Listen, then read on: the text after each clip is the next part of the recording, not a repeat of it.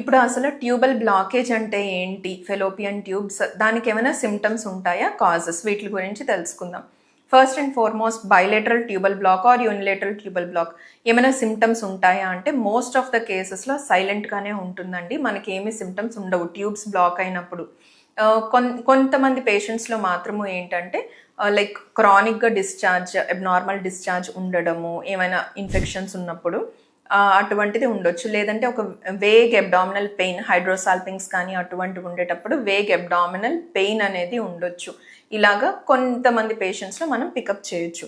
ఎవరైనా ఇన్సిడెంటల్గా అల్ట్రాసౌండ్ అలా చేయించుకునేటప్పుడు ఆ అల్ట్రాసౌండ్ స్కాన్లో హైడ్రోసాల్పింగ్స్ అని అటువంటిది ఏదైనా ఉన్నప్పుడు కూడాను ట్యూబ్స్ అనేది బ్లాక్ అయ్యేదానికి ఛాన్సెస్ అనేవి ఎక్కువగా ఉంటాయి అన్నమాట.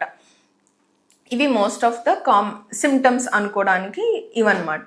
ఇకపోతే కాజెస్ విషయానికి వచ్చేటట్లయితే కనుక దేని వలన అసలు ట్యూబ్స్ అనేవి బ్లాక్ అవుతాయి ఫెలోపియన్ ట్యూబ్స్ విమెన్లో అన్నట్లయితే మోస్ట్ కామన్ కాజ్ వచ్చేసరికి క్రానిక్ ఇన్ఫెక్షన్స్ అనమాట. జెనైటల్ ఇన్ఫెక్షన్స్ ఏవైనా కానీ క్రానిక్గా ఉండేటప్పుడు పెల్విక్ ఇన్ఫ్లమేటరీ డిసీజ్ అని అంటాము. అలాగా ఎక్కువ నెలల పాటుగా ఇన్ఫెక్షన్, మీకు సైన్స్ ఏదైతే ఇప్పుడు ఆల్రెడీ మనం డిస్కస్ చేసామో ఎక్కువగా వైట్ డిశ్చార్జ్ అవ్వడము, వేగ్ పెయిన్ ఉండడము, అబ్డామినల్ పెయిన్, ఇటువంటివి ఫ్యూ సైన్స్ అనమాట పిఐడికి. నెక్స్ట్ వచ్చేసరికి పెల్విక్ ట్యూబర్క్లోసిస్ అనమాట. ఇంకొక కండిషన్ ఏదైతే ఉందో పెల్విక్ ట్యూబర్క్లోసిస్లో కూడాను మనకి ట్యూబల్ బ్లాక్ అనేది ఉండేదానికి ఛాన్సెస్ ఎక్కువ ఉంటుంది.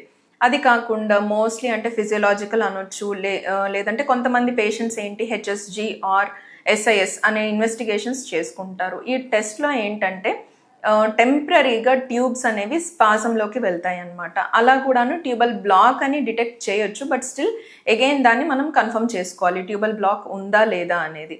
ఇవి మోస్ట్ కామన్ కాజెస్ అనమాట. ఇది కాకుండా ఎండోమెట్రియోసిస్ సమస్య ఉన్నప్పుడు, లేదు అంటే ఇది వరకు ఏమైనా సర్జరీస్, ఎక్టోపిక్ ప్రెగ్నెన్సీ వచ్చింది, ఆ సర్జరీస్ అయినప్పుడు ఏమైనా అతుకులు ఫామ్ అయినట్లయితే కనుక దాని వలన కూడాను ట్యూబ్స్ అనేవి బ్లాక్ అవ్వడము, లేదంటే ఈ ట్యూబో ఓవేరియన్ యాక్సెస్ ఏదైతే ఉందో అది కొంచెం అతుకుల వలన డిస్టర్బ్ అవ్వడం, అలైన్మెంట్ అన్నది నార్మల్గా ఉండకపోవడము జరుగుతుంది. వీళ్ళలో ఒకవేళ ట్యూబ్స్ అనేవి ఎఫెక్ట్ అయినట్లయితే కనుక మనకు ఉండే ఆప్షన్ అనేది IVF. Most of the cases వీళ్ళకి న్యాచురల్గా కానీ చిన్న పద్ధతుల్లో కానీ ప్రెగ్నెన్సీ వచ్చేదానికి ఛాన్సెస్ అనేవి బాగా తక్కువగా ఉంటాయి అన్నమాట. Thank you.